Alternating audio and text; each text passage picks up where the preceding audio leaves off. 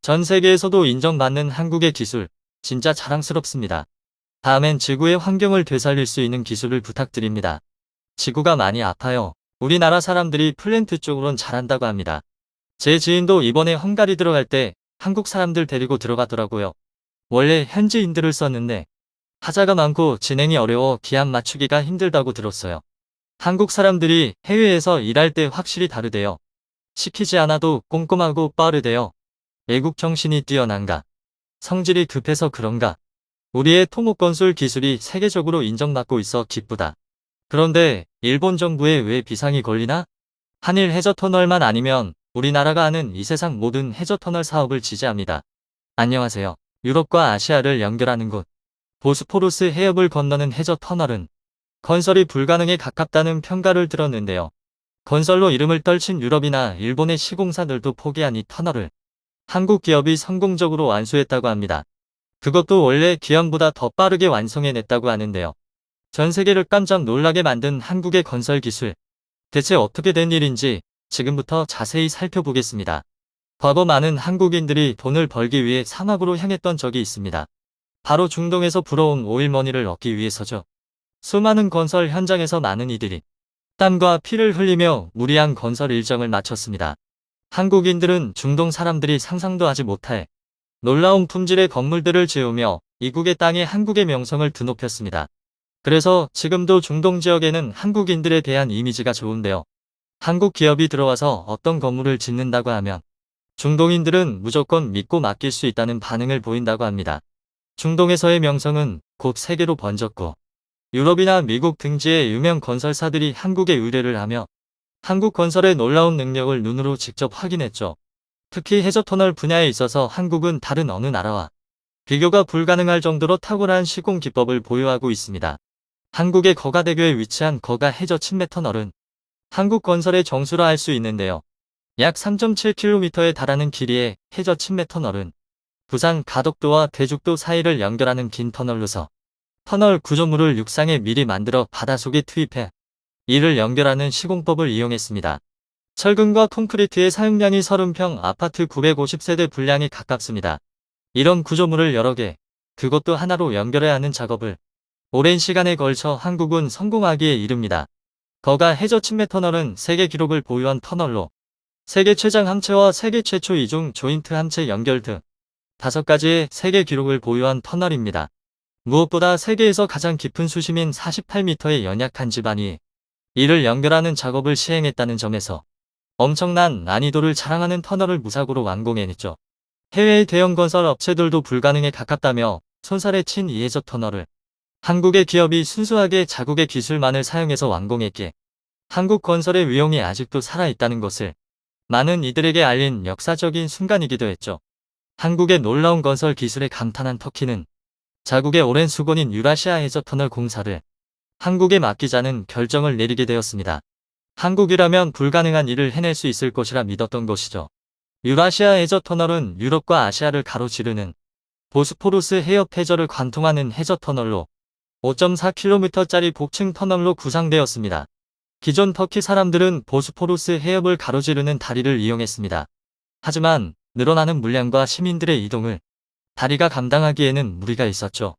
다리의 길이와 폭이 길고 넓었어야 함에도 불구하고 낡은 다리이기에 길이도 짧고 폭도 좁은 상태여서 이 다리를 매번 오고 가는 시민들의 불만이 하늘을 찔렀던 상태였습니다. 터키 정부는 유럽과 미국, 일본의 대형 건설사들과 접촉해 보스포루스 해협을 건너는 해저터널 사업을 추진했으나 하나같이 보스포루스 해저터널 건설은 불가능하다는 평가를 들었습니다. 보스포루스 해협은 최고 수심이 110m에 이르며 대기압 11배라는 높은 수압을 견딜 수 있는 터널이어야 했습니다. 게다가 지진까지 발생하는 터키의 특성상 최소 7.5 수준의 지진을 견디는 내진 설계까지 해내야 했죠. 불가능한 조건들에 한국의 SK건설을 제외하고는 모두 할 수 없다고 선언하게 됩니다. 하지만 한국의 SK건설은 가능하다는 판단이 들었고 이를 성공적으로 해내게 됩니다. SK건설은 해저터널 완공을 위해 단면, 직경만 아파트 5층 높이에 해당하는 총 길이 120m, 무게 3,300톤에 달하는 초대형 기계를 투입해 하루 평균 6.6m씩 토사를 파내며 17개월간 불착을 진행했습니다. 첨단 공법인 슈펙스컷 방식을 개발해 이를 현장에 적용했으며 TBM이 망가졌을 것을 대비해 여분의 커터를 계속해서 조달하는 등 갖은 고생 끝에 성공적으로 해저 터널을 파내게 됩니다. 건설업계를 주름잡던 서구권과 일본의 시공업체들이 한국이 해낸 성과를 보고 경악하지 않을 수 없었다고 하는데요. 특히 일본은 자신들보다 기술력이 떨어진 한국이 터널을 파냈다는 소식을 듣고 믿을 수 없었다고 합니다. 완공된 유라시아 해저 터널은 수많은 찬사를 받으며 그 해 있었던 건설상을 모두 받게 되었는데요. 국제터널-제1공간 APITA로부터 올해의 메이저 프로젝트 상을 비롯해 세계적인 권위의 ENR 잡지로부터 글로벌 베스트 프로젝트에 선정되는 영예를 안았습니다. 기술력에 있어 한국이 세계적인 수준이라는 것을 인정받은 순간이죠. 이를 본 많은 해외 기업들이 한국의 건설 실력을 지켜보고 건설 의뢰를 맡겼는데요. 지구를 대표하는 랜드마크인 부르즈 칼리파는 대한민국의 삼성물산이 건설하게 되었습니다. 또한 카타르 도하에 위치한 국립박물관은 사막의 장미를 모티브로 위에서 봤을 때 꽃잎이 펴지는 것 같은 모양을 하고 있는데요. 기술적으로 어려운 이 건설을 끝까지 완수한 것은 바로 현대건설입니다. 싱가포르를 상징하는 건물인 마리나 베이 샌즈 호텔을 한국의 상용건설이 무사히 마무리한 건 역시 유명합니다. 세계의 건물이 배를 떠받드는 모습은 그 어디에서도 해내지 못한 기술이나 한국에서 유일하게 해냈죠. 반면 일본 정부와 건설 회사들은 한국이 이룬 성과를 애써 부인하는 모습을 보이며 과거와는 다른 한국의 모습에 저절로 한숨이 나왔다고 하는데요.